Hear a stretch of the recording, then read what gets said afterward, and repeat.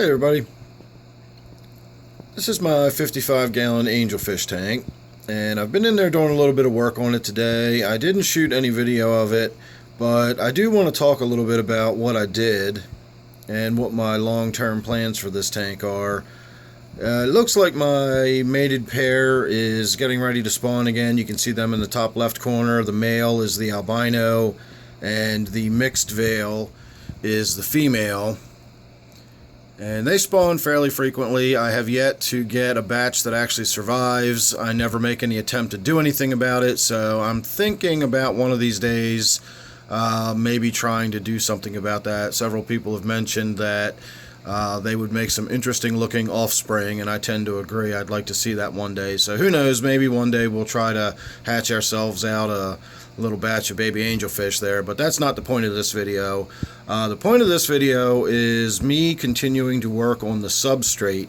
I'm trying to get as much of the white sand and gravel out of there as I can, and I want to replace it with a darker substrate.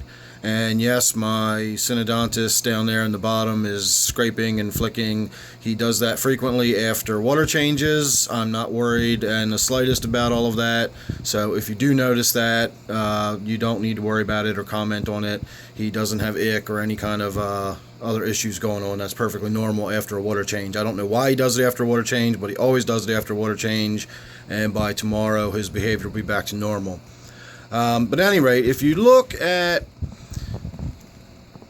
the bottom here, look how much space I've got underneath this rock and down here. So I was hoping I'd be able to vac everything out and have it.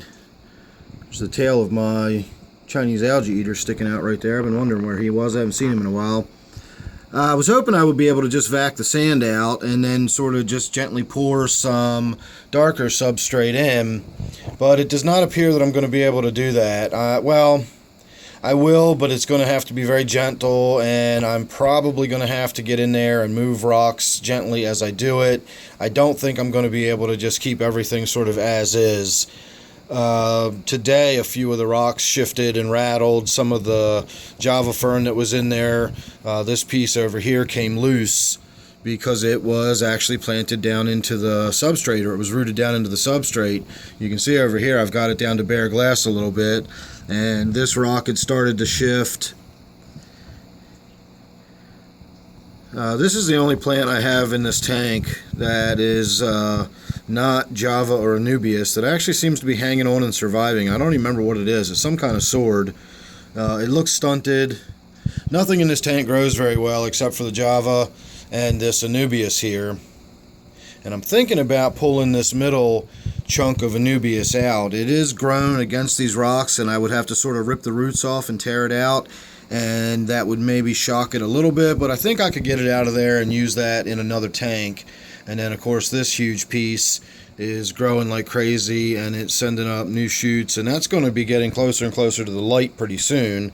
So I might have to get in there and cut that down or cut that back. See, this is the male always fighting with the other male. There's never any damage. It's nothing serious. It's just him showing him who's boss and protecting his end of the tank. These two usually stay down this end, and the male there usually keeps this male down at the other end of the tank. So it's a tentative situation. They get along sort of, but not really, but not so badly that I'm concerned about it. I mean, you can see they're not fighting like the Dickens. There's never any fin damage or anything like that. I actually see more damage between the mated couple than I do the odd man out over here. So again, that's no concern of mine. But this Java here is starting, the Anubias here is starting to grow pretty rapidly. You can see why I'm saying Java. We can't even see the Anubias back there. I'm trying to find the main chunk of stem, but I don't see it. There is a piece of wood. It's a long branch I found when I set this tank up, and that Anubias is growing all over it. This tank was the first tank that I set up with a specific purpose in mind, I guess I could say. My gourami tank was the first tank I ever set up where I actually put a little bit of effort into it and I really stocked it up. And this was my first big tank beyond my 29-gallon miscellaneous tank. So this one didn't really have any purpose. I just wanted it to look pretty, and it looks very much different now than it did when I first set it up. But this is similar to what it looked like when I first set it up.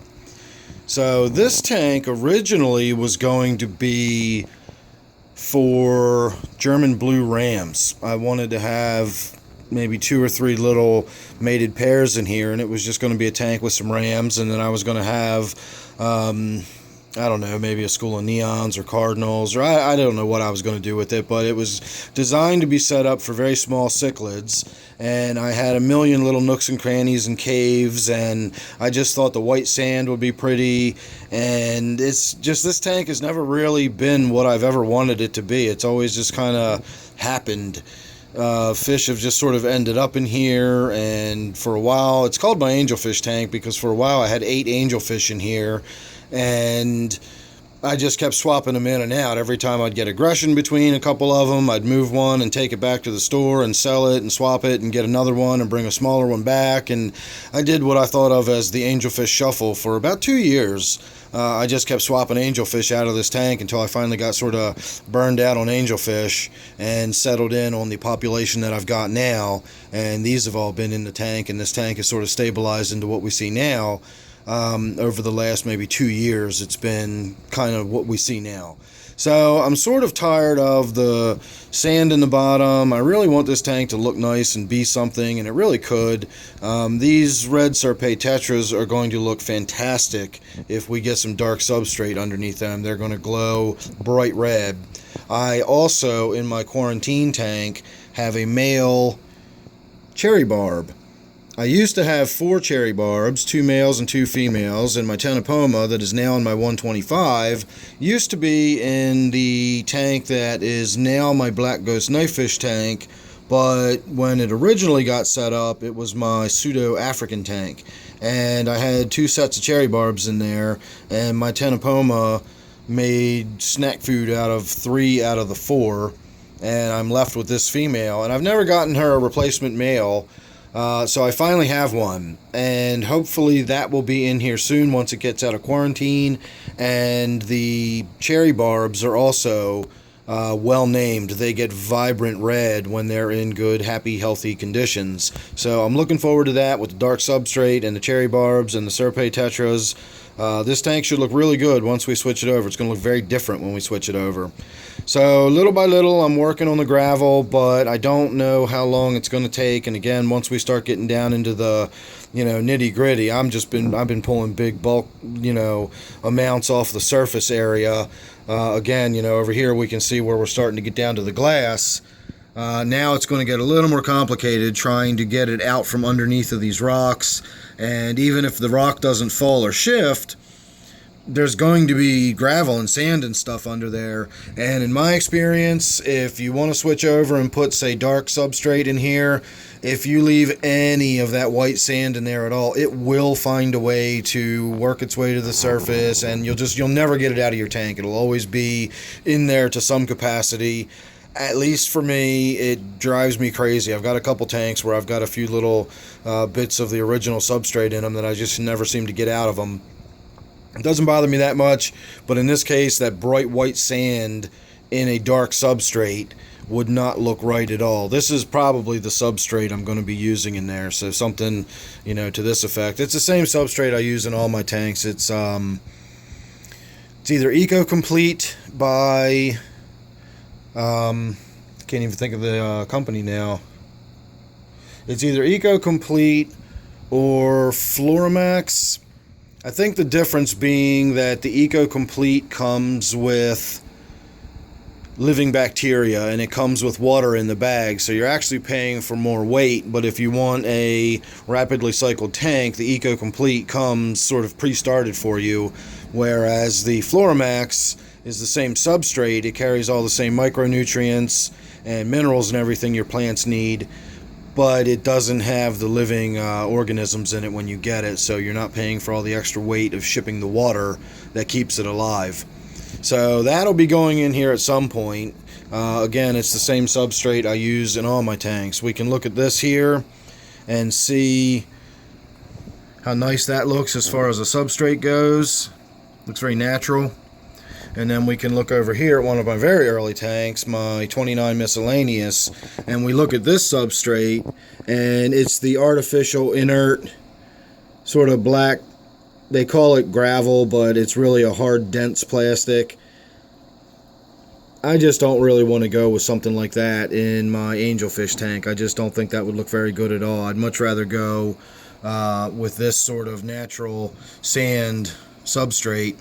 Not sure what's going on with my phone here. Well, it seems to have sorted itself out. But I am going to go with this substrate. I have this substrate in most of my tanks. I like it. I think it's beautiful. It grows my plants well. I've never had a problem with it. It's designed to be part of your biofiltration. It's porous, so the microbial life lives in it, or the bacterial life lives in it, I should say, and water flows through it, and so on and so forth. It's good stuff. I really like it. So that is going to go in here at some point. We're working on it. We're getting there. The other thing I wanted to mention, this was just sort of rolling around in my head as I was doing it, was I was carrying buckets out because I have to use a siphon, and you know, I'm siphoning the gravel out. If you've seen my other videos where I've worked on this, I just use a siphon hose into a bucket and I suck a little bit out at a time, and we, you know, piece by piece we're working on it. And as I was hauling the buckets up the steps, because, you know, it's got gravel and stuff in it, I'm not going to dump it down my drain down here. So I had to carry it up the steps and walk it out through the kitchen and dump it outside, which, of course, it's going to be all frozen solid by the morning. But I just wondered how many people, you know, picture me hauling buckets of water up and down the steps with all my fish tanks and everything down here. The vast majority of my work is done with my siphon hose that runs into the drain in the other room, and it's nice and easy. But I do a lot of stuff in here with buckets, either, you know, pulling the gravel out, or when I'm trimming my plants up, I've got to have a bucket sitting next to me so I can throw the throw the cuttings in, or the scraps that I'm pulling out of a tank. They go into a bucket. A lot of times, if I'm doing a water change on one of my smaller tanks, I just do it right into a bucket rather than getting that big hose out and everything into a 10-gallon tank or a 20-gallon tank. I've got a new tank right now down here that I'm itching to show everybody, but I'm not quite ready yet. And that I've been doing water changes on. It's not fully cycled yet, so I have been doing daily water changes to keep on top of it. And it's brackish, and it's a smaller tank. It's only a 20-gallon tank, and it's only partially filled. So I can't really use my big, Aquarium hose that runs into the other room. I'm using my gravel vac as a siphon, and I'm doing it into a bucket, and then I actually use a hand scoop, and I scoop a quart at a time of brackish water back into the tank and fill it back up. So I actually do sort of old-fashioned into a bucket water changes more often than you might imagine. And then if I've got plant material in the bucket or gravel in the bucket, I'm hauling that up the steps and out the door and through the kitchen, and it's a little more work than you might imagine me doing down here. At any rate, that was crossing my mind while I was hauling the buckets upstairs, so I just thought I would chatter on about that while we looked at the angelfish tank here. I also have another new tank up in my office. For my regular viewers, you will know that I lost most of the fish that were in my office tank, and that gave me an open tank, and I did something really exciting with it. I'm itching to show you that one too, but again, not quite there yet. I'm not quite ready to show it off, but stay tuned. That will be coming very soon, because I'm really getting anxious to show people. I'm really excited about both these tanks. They're going to be a lot of fun. So make sure you're subscribed. That way you don't miss any of those, and you don't miss any of these sort of random oddball videos that I get, that I sort of pop into my head when I feel like doing them. And here you go. So this again is my angelfish tank. I hope you enjoyed. Thanks for listening to me ramble on about nothing. I'll see you real soon on the next one.